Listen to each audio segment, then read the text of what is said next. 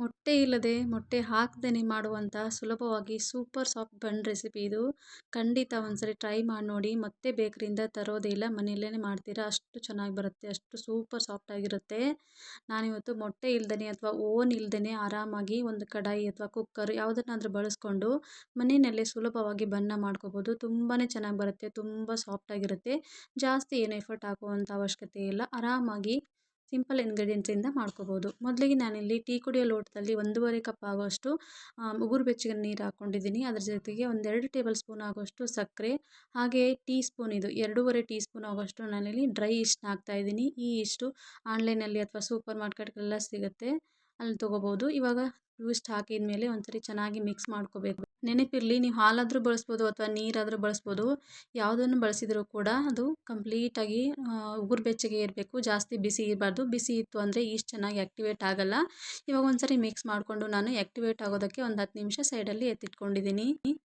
ಇವಾಗ ನಾನಿಲ್ಲಿ 1.5 ಕಪ್ ಆಗುವಷ್ಟು ನಾನಿಲ್ಲಿ ಮೈದಾನ ಬಳಸ್ತಾ ಇದ್ದೀನಿ. ನೀವು ಮೈದಾ ಅಥವಾ ಗೋಧಿ ಹಿಟ್ಟು ಕೂಡ ಮಾಡ್ಕೋಬೋದು, ಅಥವಾ ಎರಡನ್ನೂ ಮಿಕ್ಸ್ ಮಾಡಿ ಕೂಡ ಮಾಡ್ಕೋಬೋದು. ಅರ್ಧ ಕಪ್ಪು ಗೋಧಿ ಹಿಟ್ಟು ಅಥವಾ ಅರ್ಧ ಕಪ್ ಮೈದಾ ಎರಡನ್ನೂ ಮಿಕ್ಸ್ ಮಾಡಿ ಕೂಡ ಮಾಡ್ಕೋಬೋದು. ನಾನಿಲ್ಲಿ ಒಂದು ಸ್ವಲ್ಪ ಉಪ್ಪನ್ನು ಹಾಕ್ಕೊಂಡಿದ್ದೀನಿ, ಹಾಗೆ ಒಂದು ಸ್ವಲ್ಪ ತುಪ್ಪನ ಸೇರಿಸಿದ್ದೀನಿ. ಇವಾಗ ಡ್ರೈ ಈಸ್ಟ್ ಕೂಡ ಆ್ಯಕ್ಟಿವೇಟ್ ಆಗಿದೆ. ಇವಾಗ ತೋರಿಸ್ತಾ ಇದ್ದೀನಿ ನೋಡಿ, ಒಂದು 10 ನಿಮಿಷ ಆದಮೇಲೆ ಈ ರೀತಿ ಆ್ಯಕ್ಟಿವೇಟ್ ಆಗಿರುತ್ತೆ ಅದು. ಈ ರೀತಿ ಆದ್ರೇ ಮಾತ್ರ ಬನ್ ಅನ್ನೋದು ತುಂಬ ಸಾಫ್ಟಾಗಿ ಬರುತ್ತೆ, ತುಂಬ ಫ್ಲಫಿಯಾಗಿರುತ್ತೆ. ನೋಡಿ, ಇವಾಗ ಇದನ್ನು ಒಂದ್ಸರಿ ಚೆನ್ನಾಗಿ ಮಿಕ್ಸ್ ಮಾಡ್ಕೊತಾ ಇದ್ದೀನಿ.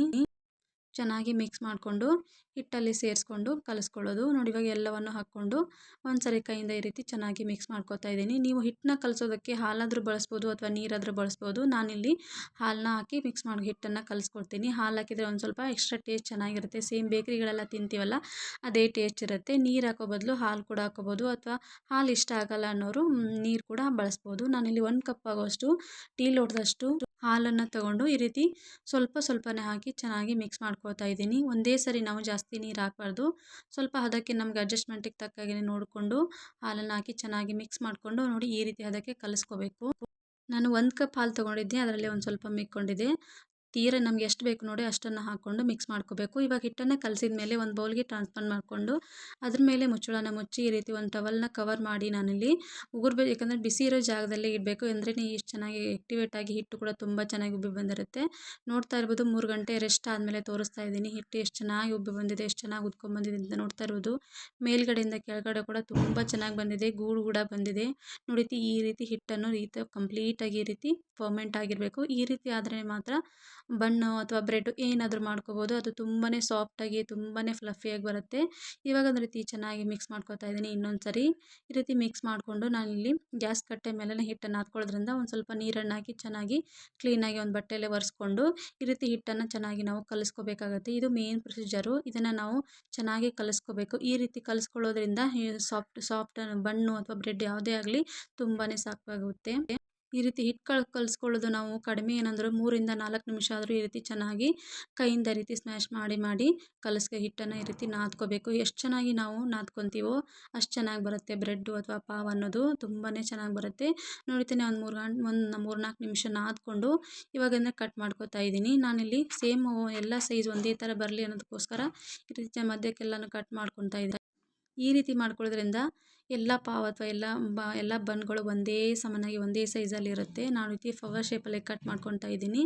ಇವಾಗ ಕಟ್ ಮಾಡಿಕೊಂಡು ಒಂದೊಂದೇ ಪೀಸನ್ನು ತೊಗೊಂಡು ಈ ರೀತಿ ಚೆನ್ನಾಗಿ ಈ ರೀತಿ ಸ್ಮ್ಯಾಶ್ ಮಾಡಿ ಈ ರೀತಿ ರೌಂಡ್ ಶೇಪಲ್ಲಿ ಮಾಡ್ಕೋಬೇಕು. ಈ ರೀತಿ ಕೆಳಗಿನ ಭಾಗನ ಒಂದು ಸ್ವಲ್ಪ ಅಲ್ಲೇ ಪ್ರೆಸ್ ಮಾಡಿದರೆ ಸಾಕು. ಈ ರೀತಿ ರೌಂಡಾಗಿ ಈ ರೀತಿ ಮಾಡ್ಕೊಂಡ್ಬಿಟ್ರೆ ಈ ಬನ್ ಶೇಪಲ್ಲಿ ರೆಡಿನೇ ಆಗಿಬಿಡುತ್ತೆ. ಇವಾಗ ನಾನು ಎರಡನ್ನೂ ಮಾಡ್ಕೊಂಡಿದ್ದೀನಿ. ಇವೆಲ್ಲವನ್ನು ಮಾಡಿಕೊಂಡು ಇಲ್ಲಿ ನಾವು ಸೇಮ್ ಕುಕ್ಕರು ಇದಕ್ಕೆ ಕೇಕ್ ಎಲ್ಲ ಮಾಡ್ತೀವಲ್ಲ ಆ ಪಾತ್ರೆಯಲ್ಲಿ ಇಟ್ಕೊಂಡಿದ್ದೀನಿ. ಮತ್ತು ಈ ಥರ ಇಲ್ಲ ಅಂದರೆ ನೀವು ಪ್ಲೇಟ್ ಕೂಡ ಬಳಸ್ಬೋದು. ಅದನ್ನು ಒಂದು ಸ್ವಲ್ಪ ಬಟರ್ನ ಸವರ್ಕೊಂಡು ಈ ರೀತಿ ನಾನು ಒಂದೊಂದೇ ಈ ಪಾವುಗಳನ್ನು ಇಟ್ಕೊತಾ ಇದ್ದೀನಿ.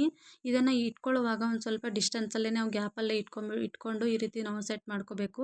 ನಾವು ಮೊದಲೇ ಹತ್ತತ್ರ ಇಟ್ಕೊಂಡ್ಬಿಟ್ರೆ ಅದು ಸ್ವಲ್ಪ ತಣ್ಣಗಾದ್ಮೇಲೆ ಇನ್ನೊಂದು ಚೂರು ಫರ್ಮೆಂಟ್ ಆಗಿ ಎಲ್ಲ ಅಂಟ್ಕೊಂಡ್ಬಿಟ್ಟಿರುತ್ತೆ. ಹಾಗಾಗಿ ಅದಕ್ಕೆ ಸ್ಪೇಸ್ ಕೊಟ್ಟು ಈ ರೀತಿ ಸ್ವಲ್ಪ ಅಂತರದಲ್ಲೇ ಇಟ್ಕೊಂಡು ಈ ರೀತಿ ಎಲ್ಲವನ್ನು ಇಟ್ಕೊಂಡು ರೆಡಿ ಮಾಡಿ ಇಟ್ಕೊಂಡು ಮತ್ತೆ ಒಂದು 20 ನಿಮಿಷಗಳ ಕಾಲ ಇದನ್ನು ನಾವು ರೆಸ್ಟ್ ಮಾಡೋದಕ್ಕೆ ಇಡಬೇಕು. ಅದು ಚೆನ್ನಾಗಿ ಒಂದಕ್ಕೊಂದು ಬೈಂಡ್ ಆಗುತ್ತೆ. ಅಲ್ಲಿವರೆಗೂ ನಾವು ಇದನ್ನು ಒಂದು 20 ನಿಮಿಷ ಹೀಗೆ ರೆಸ್ಟ್ ಮಾಡೋದಕ್ಕೆ ಇಡಬೇಕು. ನಾನಿಲ್ಲಿ ಒಂದು ಪ್ಲೇಟ್ನ ಮುಚ್ಚಿ ಒಂದು 20 ನಿಮಿಷ ರೆಸ್ಟ್ ಮಾಡೋದಕ್ಕೆ ಸೈಡಲ್ಲಿ ಎತ್ತಿಟ್ಕೊತಾ ಇದ್ದೀನಿ. ಇವಾಗ ಅದಾದಮೇಲೆ ಒಂದು ಕಡಾಯಿನ ಇಟ್ಕೊಂಡು ಇದ್ರ ಮೇಲೆ ಒಂದು ಸ್ಟ್ಯಾಂಡನ್ನು ಇಟ್ಕೊಂಡಿದ್ದೀನಿ. ಸ್ಟ್ಯಾಂಡ್ ಅಥವಾ ಪ್ಲೇಟ್ ಸಣ್ಣ ಸಣ್ಣ ಪ್ಲೇಟ್ ಎಲ್ಲ ಇರ್ತಾವೆ ನೋಡಿ, ಅದನ್ನು ಇಟ್ಕೊಂಡು ಇವಾಗ ಮೊದಲೇ ಫ್ರೀ ಹೀಟ್ ಮಾಡೋದಕ್ಕೋಸ್ಕರ ಇಟ್ಕೊಂಡಿದ್ದೀನಿ. ಇವಾಗ ನೋಡ್ತಿರ್ಬೋದು ಒಂದು 20 ನಿಮಿಷ ಆದಮೇಲೆ ಈ ರೀತಿ ಎಲ್ಲ ಒಂದಕ್ಕೊಂದು ಹೊಂದ್ಕೊಂಡ್ಬಿಟ್ಟಿರುತ್ತೆ. ಸೊ ಹಾಗಾಗಿ ಮೊದಲೇ ಡಿಸ್ಟೆನ್ಸಲ್ಲಿ ಇಟ್ಕೊಂಡು ಸೆಟ್ ಮಾಡ್ಕೋಬೇಕು. ಇವಾಗ ಮೇಲ್ಗಡೆ ಒಂದು ಸ್ವಲ್ಪ ಹಾಲನ್ನು ನಾನು ಈ ರೀತಿ ಸ್ವಲ್ಪ ಹಚ್ಕೋತಾ ಇದ್ದೀನಿ. ಈ ರೀತಿ ಮಾಡೋದ್ರಿಂದ ಒಂದು ಸ್ವಲ್ಪ ಕಲರ್ ಚೆನ್ನಾಗಿ ಬರುತ್ತೆ. ಹಾಗಾಗಿ ಈ ರೀತಿ ಎಲ್ಲವನ್ನು ಹಾಕಿ ಇಟ್ಕೊಂಡು ಇವಾಗ ಸ್ವಲ್ಪ ಬಿಸಿ ಇರುತ್ತೆ, ಸ್ವಲ್ಪ ಹುಷಾರಾಗಿ ಇಟ್ಕೊಂಡು ಮೇಲ್ಗಡೆ ಒಂದು ಪ್ಲೇಟನ್ನು ಮುಚ್ಚಿ ಕಡಿಮೆ ಇಲ್ಲ ಅಂದರೆ 20ರಿಂದ 25 ನಿಮಿಷ ನಾವು ಇನ್ನು ಕಂಪ್ಲೀಟಾಗಿ ಲೋ ಫ್ಲೇಮಲ್ಲಿ ನಾನು ಕುಕ್ ಮಾಡ್ಕೋಬೇಕಾಗತ್ತೆ. ನೋಡಿ ಒಂದು 25 ನಿಮಿಷ ಆದಮೇಲೆ ತೋರಿಸ್ತಾ ಇದ್ದೀನಿ. ಸ್ವಲ್ಪ ಬಿಸಿ ಇರುತ್ತೆ, ನಿಧಾನವಾಗಿ ತಗೊಂಡು ಇವಾಗ ಮತ್ತೆ ಒಂದು 5 ನಿಮಿಷ ಸಾಕು, ಜಾಸ್ತಿ ಹೊತ್ತು ಇಡೋದು ಅವಶ್ಯಕತೆ ಏನಿಲ್ಲ. ಒಂದು 5 ನಿಮಿಷ ಇಟ್ಟು ಈ ರೀತಿ ಇದನ್ನು ಡಿಮೋಲ್ಡ್ ಮಾಡ್ಕೋಬೋದು. ನೋಡ್ತಾ ಇರ್ಬೋದು ಎಷ್ಟು ಚೆನ್ನಾಗಿ ಬಂದಿದೆ ಅಂತ. ಓವನ್ ಇಲ್ಲದೆ, ಮೊಟ್ಟೆ ಇಲ್ಲದೆ ಎಷ್ಟು ಚೆನ್ನಾಗಿರುವಂಥ ನಾವು ಬನ್ಗಳನ್ನು ಮನೆಯಲ್ಲೇ ಮಾಡ್ಕೋಬೋದು. ತುಂಬ ಈಸಿಯಾಗಿ ತುಂಬ ಪರ್ಫೆಕ್ಟಾಗಿ ಬರುತ್ತೆ. ನೋಡ್ತಾ ಇರ್ಬೋದು ಕೆಳಗಡೆ ಕೂಡ ಅಷ್ಟೇ ಕಲರ್ ಎಷ್ಟು ಪರ್ಫೆಕ್ಟಾಗಿ ಬಂದಿದೆ. ಜಾಸ್ತಿ ಹೊತ್ತು ಇಟ್ಟು ಬಿಟ್ಟರೆ ಸೀದೋಗ್ಬಿಡುತ್ತೆ. ಸೊ ಹಾಗಾಗಿ ಗಮನವಿಟ್ಟ ಮೇಲೆ ನಿಧಾನವಾಗಿ ಕಡಾಯಿ ಮೇಲೆ ಇಟ್ಟು ಸ್ಟವ್ ಮೇಲೆ ಅಥವಾ ಕಡಾಯಿ ಮೇಲೆ ಇಟ್ಮೇಲೆ ನಿಧಾನವಾಗಿ ಟೈಮ್ನ ನೋಡ್ಕೊಂಬಿಟ್ಟು ಆಮೇಲೆ ಚೆಕ್ ನೋಡಿಕೊಂಡು ತೆಕ್ಕೊಂಬಿಡ್ಬೇಕು. ನೋಡ್ತಾ ಇರ್ಬೋದು ತುಂಬ ಚೆನ್ನಾಗಿ ಬಂದಿದೆ. ಕೆಳಗಡೆ ಸೈಡ್ಗೆ ಮತ್ತು ಮೇಲ್ಗಡೆ ತುಂಬ ಪರ್ಫೆಕ್ಟ್ ಕಲರ್ ಬಂದಿದೆ.